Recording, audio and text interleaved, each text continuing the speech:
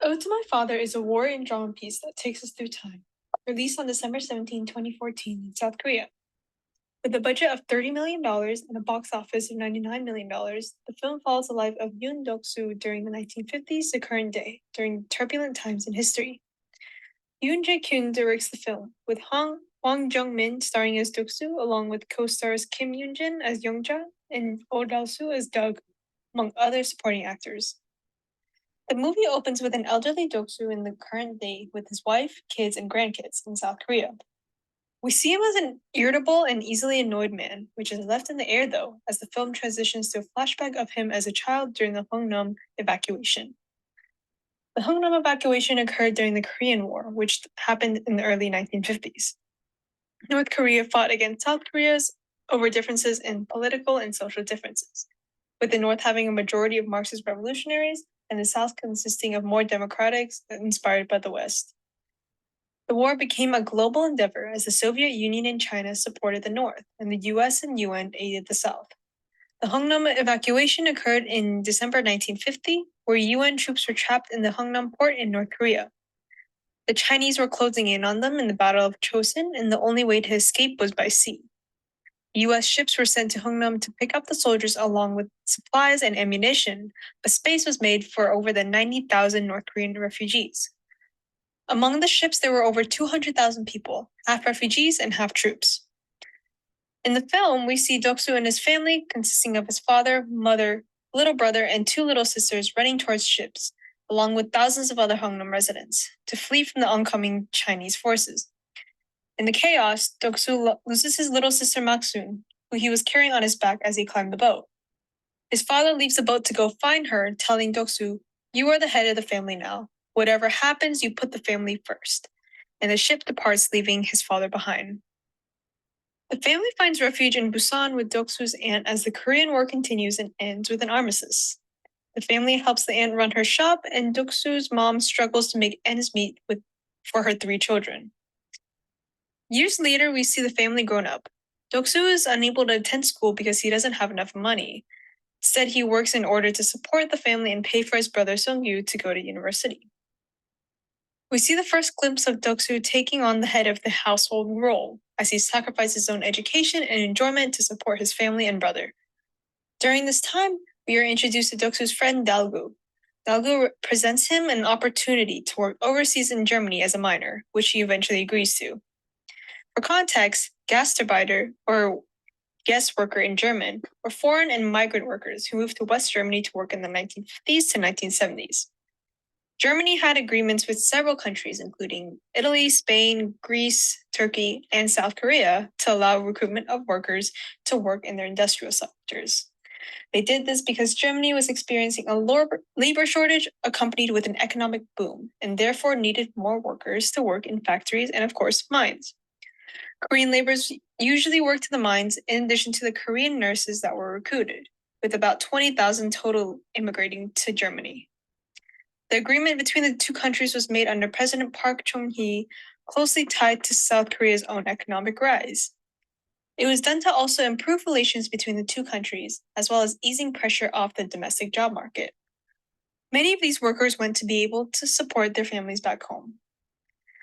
Doksu and Dalgu traveled to Germany along with many other Korean and foreign workers in working the mine. The mining is treacherous work, though, done in dangerous and unhealthy conditions as they are constantly exposed to coal and dirt in the air and food they eat, the heat and water, and faulty equipment that became deadly. Despite the turmoil, Doksu meets Youngja, a fellow Korean and nursing student. During his time in Germany, he becomes infatuated with her and takes her on dates.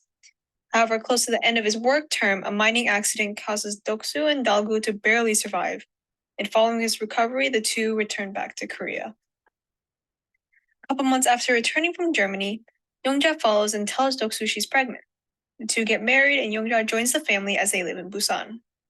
Doksu buys his aunt's shop from his uncle after she dies, and this step, paired with the looming fact that Kuksun, his sister, will get married soon. So Doksu realizes he needs more money. This is when he decides to join the Vietnam War as a technician. The Vietnam War was fought under similar circumstances to the Korean War, where North Vietnam fought South Vietnam in the 1960s. The North wanted to unify Vietnam under communist model, while the South wanted a democratic state similar to the West. The Viet Cong were communist sympathizers in the South and engaged in many fights against the South Vietnamese army. South Korea sent some of their people under the pretense that it would increase U.S.-South Korean relations, as well as bring in more money for industrial development.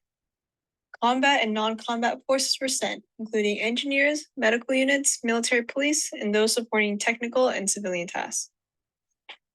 In Vietnam, Duc Soo and Dal Gu endure wartime, surviving a bombing, fighting the Viet Cong.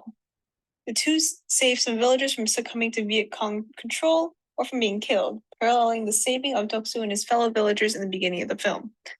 Duc Soo becomes disabled when he gets shot in the leg and he returns to Korea. Back in Korea, Duc Soo runs a store with Yongja, and Kok Sung gets married. During this time, Duc Soo sees a broadcast on TV attempting to reunite families separated during the Korean War. The Korean Broadcasting System, or KBS, began a special live broadcasting series called Finding Dispersed Families, aimed at reuniting Korean families that were separated during the Korean War on the 33rd anniversary since the war happened.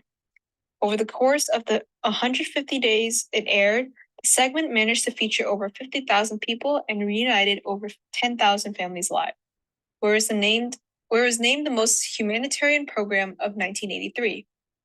KBS managed to archive all of the documents that were related to the project, with over 15,000 photographic records, along with posters that participants carried of their stories, cue sheets, program schedules, and recordings. In an attempt to find his father and sister, Duc Soo goes on the show describing the circumstances of when they were lost. The show brings him on with someone claiming he could be his father. After asking each other questions, Duc Soo unfortunately realizes that the man is not his father. However, a few days later, the show brings him on again, claiming they may have found a sister. The woman that is shown is a Korean adopted by an American family. Despite this, she remembers her brother saying, "This is no playground, we're not going for fun, grab my hand tight," when they were running to the ship. And she also has the hanbok she was wearing at the time she was lost. Duc Soo realizes that the woman is Mak-soon, his sister, and they have an emotional moment on TV. Mak-soon comes to Korea to visit the family and they all reunite. The movie ends with Duc Soo back in the present with his extended family, and he reminisces his father, missing him and hoping he fulfilled his duty as the head of the household. Some of the themes present in this film include the obvious one being family burden and responsibilities. The film was able to show the true eldest sibling experience, portraying how he had to take on the duties of taking care of the family, making money, and making sure his siblings could go to school. Because Duc Soo lived through a time of war and turmoil, his struggles were also greatly exemplified, as he lived through terrible work conditions and near-death experiences. The burden of being the head of the household clearly took a toll on Duc Soo. However, he never showed it. This brings on another theme, being sacrifice.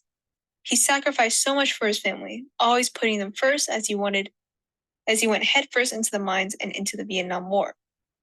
Before he goes to Vietnam, Yongja gets mad, saying he's done enough for the family. Duc Soo argues it's his fate to do anything for the family, and Yongja says it's time for you to live for yourself, not others. It's your life, why is there no part of you in it?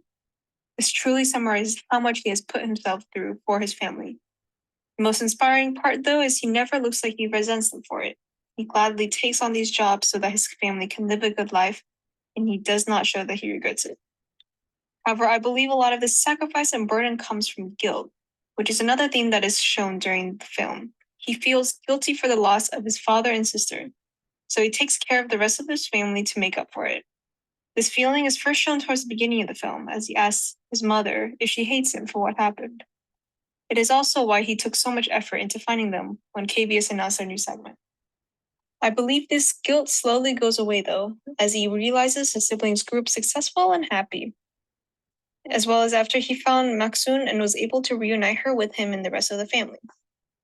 Another prominent theme is that of perseverance. We can see this in many instances with the struggle that Duc Soo's family had to go through to get on the ship during the Hongnam evacuation. Duc Soo continues to show perseverance as he takes on multiple jobs, as he goes to Germany and toughs through hard working conditions. He shows perseverance as he survives the mining accident, as well as multiple near-death experiences during his time in Vietnam. Without these elements of determination, the family would not have made it as far as they did in the film. And finally, I believe the theme of togetherness and camaraderie was prominent in the film. It gave us those moments of humor and lightheartedness between his family, Dalgu and his friends, his fellow miners, and with Youngja. They gave each other something to work for as well as an outlet of relief and comfort during troubling times. It also allowed each other to survive, as we see Doksu's love for his family allowing them to thrive, as well as the miners and Youngja's compassion for Doksu and Dalgu that pushed them to saving them in the mine. Overall, this film was truly a moving piece, showing the struggles of a man during war and poverty, along with supporting his family and keeping the promise that he made to his father. It was able to encapsulate the hardships that these people had at the time, as well as the general experience of being the eldest sibling and carrying lots of burden and responsibility. It was also interesting to see how Doksu's behavior as an old man is influenced by his past. It was both lighthearted and deep, showing how powerful love and family are.